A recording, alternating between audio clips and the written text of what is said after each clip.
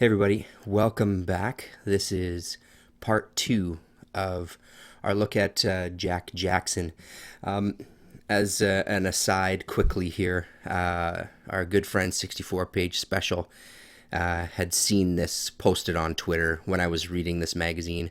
This is the Comics Journal 61. When I first discovered it in my Comics Journal back issues, I posted a picture of this back cover because I just couldn't resist because it's just so fucking incredible. Frank Miller and Terry Austin, Wonder Woman. Really, really great. He also asked a question about this. Did I buy this specifically for the Jack Jackson article? The funny thing about the Comics Journal that I have, when I do find it, I rarely, first of all, I rarely find it out in the wild. It's been a long time. Usually they're in boxes that are under some shelves or under some other boxes of comics and magazines, way at the back of a dark room, that sort of thing. I've been lucky enough to find some really, really great copies for really cheap, especially when I look on eBay and compare the prices that they're going for on eBay. I'm getting them for like a quarter of the price. That said, I don't find them anymore. It's very, very rare that I come across Comics Journal, so I have been starting to just kind of keep an eye out on eBay, just if any lots pop up. The few lots that have popped up have still been pretty pricey, though. I still kind of hope in the back of my mind that one day I'll come across a huge stack of them at a mini con that somebody will just want to get rid of. Anyway, so when I buy them, or when I find them, I normally buy them. For the most part, I mean, it's a pretty rare thing that I buy these and then sit down that night and read cover to cover. They're usually pretty beefy. I mean, I'll obviously flip through and I'll read bits and pieces here when I've got them. What normally happens, though, is with this one specifically, with Comics Journal specifically, not that it doesn't happen with other things, we all have been there, they go into the box of magazines with the rest of the journal stuff, and like what happened here, I'll be doing some research or just reading up on a particular artist or creator or whatever, or genre, and a Comics Journal article will come up in my searches. And that's exactly what happened with this one. I was just looking to see what else Jack Jackson had out there, and found out that there was an interview with him in this Comics Journal, and went to the back issue bin in my house, and lo and behold, there it was. Issue number 61. So just a very random find, just by luck. Something else I wanted to touch on, that first of all, Russ Works is a guy who comments on a lot of my videos, and I gotta say, Russ, I really do appreciate all your commentary on my video. I've never really given him a shout out in the videos, but it's always really appreciated. He's always got a lot of very interesting things to add, or correct me on some information, or just kind of give me some new information on whatever the video is. So his commentary is always a great thing to see on these videos, and part of what makes doing the YouTube videos so much fun. Something I didn't mention about this book, and he brought it up. When I've talked about this book in the past, I basically said what he said, that the history with this comics, The Underground Revolution, is that it's pretty much a ripoff of Rebel Visions by Pat Rosenkrantz. He's been accused of plagiarizing that book pretty fucking heavily. I've seen Rebel Visions. I don't actually own a copy of it. I would like to eventually get a copy of it. So this was the little bit that I've read about this book. It's never really talked about that highly, for that reason. Not that the information in it isn't up to par, or the information in it is all bullshit. It's just that, he claims that he wrote it and has this big claim to it, when in fact a lot of it has just been directly lifted. So thanks to Russ for pointing that out. He also says that Rosenkrantz is becoming the Ken Burns of underground comics, with books out on Rand Holmes, Greg Irons, S. Clay Wilson, and an upcoming comprehensive series of books on Spain Rodriguez, which sounds amazing. So there's the info on that. And then finally, before we get to the rest of the video, one thing I also wanted to point out when I was going through the books, looking for Jaxon stuff, this San Francisco comic book came up in the search as something that he contributed to. He doesn't actually have a strip in here. He is mentioned. I don't know if it's in the editing department. Yes, there it is. Editors Kim Deitch, Don Donahue, Rory Hayes, Jaxon, Willie Murphy. But when I was flipping through this was another one that Greg Irons is another guy that I'm eventually going to do a spotlight on. When I was flipping through this one, I was reminded of this incredible little 3 or 4 pager here. In the distant future of, 1986 in this book. This particular issue was published 1970, and it's a kind of Uncle Sam looking figure, fat and sloppy, drinking, talking about protecting America by building a giant wall. So very, very, really fitting, really appropriate. There's a look at the extent of the wall right there. Yeah, so I mean, if nothing else, find this issue just to read this Greg Irons story. Really entertaining. It's San Francisco Comic Book issue number 2. Okay, so where were we? We were... Sorry, excuse me. We had left off talking about his slow death story, the really graphic slow death story. Once he kind of got feedback from that story and kind of realized maybe to some degree the errors in his ways in presenting a tale like that so graphically, it didn't diminish the fact that he still wanted to write more historical work. So he worked on this series, White Comanche, Blood on the Moon, and Red Raider. Blood on the Moon is the only issue I still don't have. It was collected in a graphic novel, and it was called Comanche Moon. Is that what it was called? Comanche Moon. And again, I mean, just a brief look at the style. I won't go too much into the story other than it's a true story of Cynthia Ann Parker and her life with the wild Comanches of Texas. And I believe... Let's see. So this one was 1977. Let me see if I can... I'm going to put you down for 1 second. Sorry, everybody. I believe that it kind of took him a year per issue, but now I'm not 100% sure. Well, they're both published 1977, it says. Yeah, so I think Blood on the Moon was the first one, then came White Comanche, and then ended with Red Raider. I don't know. Anyway, they're all one story. Really, really interesting story. Just goes into this woman's life, the kids that she had with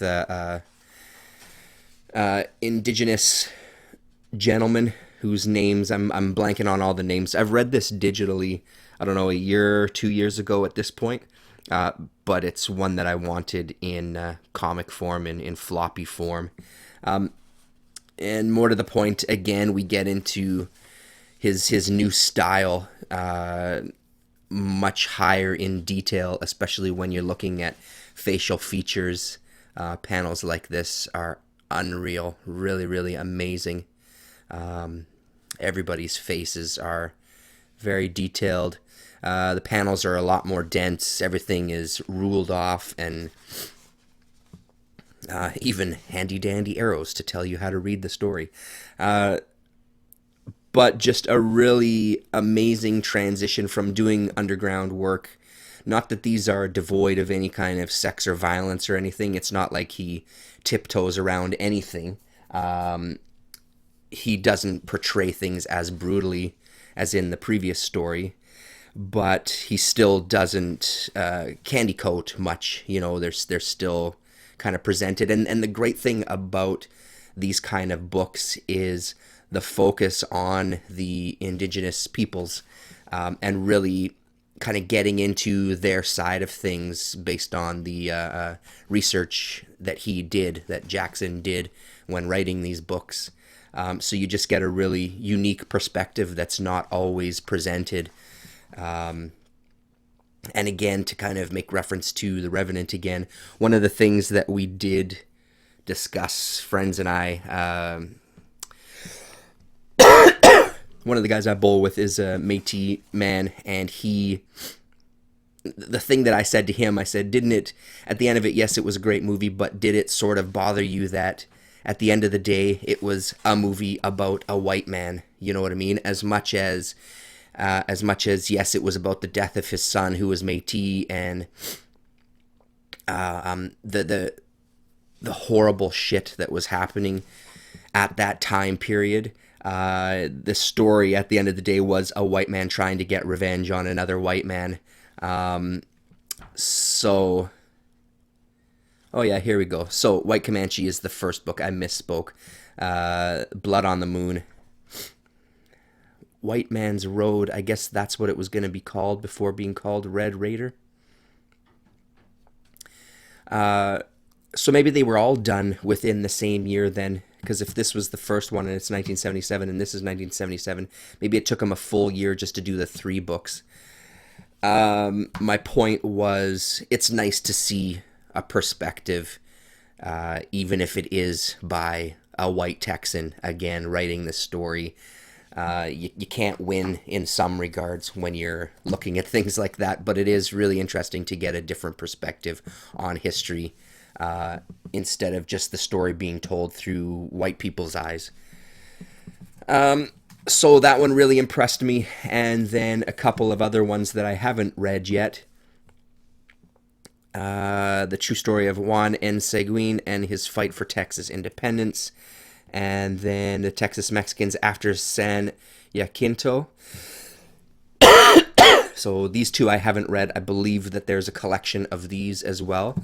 I want to say that it's called Teano Exile, but I don't know for sure.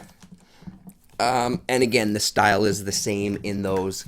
So that kind of brings us full circle back to the Comics Journal article.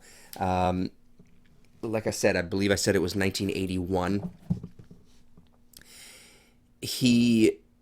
This particular story, Secrets of San Saba, was published in Death Rattle, in one of the volumes of Death Rattle, in a multi-part kind of series. So this is just a collection of those. And when those came out, I think it was 1986 was the first one. By the looks of Inside, it was 1986, 1987, and then I believe this version of the book was 1989. You can see the 8 parts there, and afterward, and San Saba sites, maps and introductions.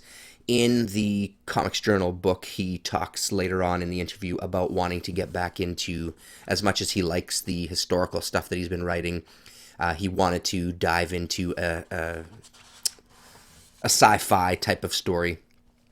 Now, this isn't quite science fiction, but it is kind of more folktale and legends mixed in with a little bit of history of the time. So I guess this is as close as maybe he would get to doing straight sci-fi. That said, maybe he did publish something else that I'm just not aware of. This first dedication is really telling of the story inside, dedicated to the yarn spinners and bullshitters of yesteryear.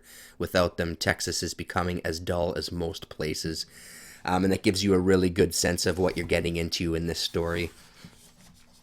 Bulto are apparently spirits that protect, in this case, a silver mine, either scaring people away or leading people to riches. There's Blanco, un Bulto Blanco, was a spirit that manifested itself in white, such as a white animal or a woman dressed in white. Un Bulto Negro, however, was a malevolent apparition duty-bound to stand guard over a cache of gold or silver and discourage any molestation of it.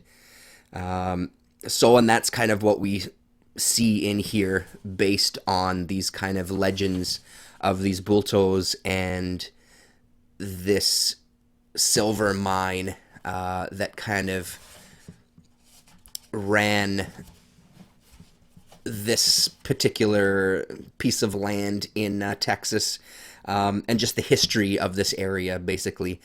So just to kind of touch on style again, I mean, you can look at what we just saw, White Comanche.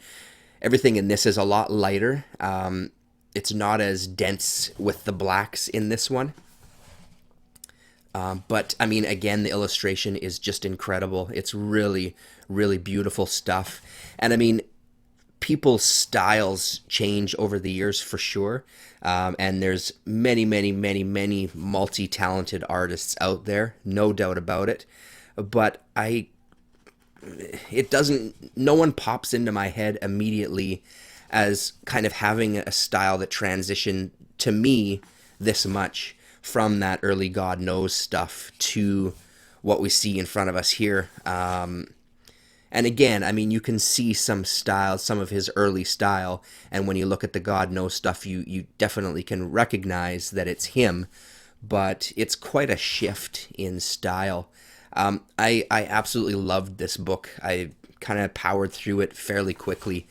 If you see anything, White Comanche, yes, but if you see a copy of this, it's just as good a place as any to start in the world of Jaxon. You get a nice mix of kind of historical mixed with some really great weird imagery, mixed with some just crazy stories. You still get a little bit of sex and drugs mixed in here, or maybe not drugs, but you still get a bit of sex and violence mixed in here as well. You get some amazing imagery like this. Really, really fun read. It's a fairly quick read. A lot of his writing in this one specifically is a little more basic, isn't really the right word. There's not as much color to it, I guess. It's just kind of very... I saw the mules being loaded with heavy bars and helped blindfold the drivers, so only Fray Lopez would know their destination. When they returned, the leather-bound book that the priest clutched in his hand would contain a new map, new entries. It's really just matter of fact presented as, here's the information that you need, here's the next panel, here's what's happening here. Here we just move through the history. But by no means does that take away from the story itself. It's just the manner that this one is written. So highly recommended, The Secret of San Saba. So there we are. We're hitting on my camera, the 18-minute mark here. Thank you very much. Oh, and the last one I didn't touch on. I haven't read this one yet either. Lost Cause, the true story of famed Texas gunslinger John Wesley Hardin. What year is this? I think this is later 90s. Yeah, oh, actually, hey, 1998, as a matter of fact. And again, a very similar style as San Saba. Not as dark. A lot more white space. Beautiful, beautiful stuff. This is next on the list to read.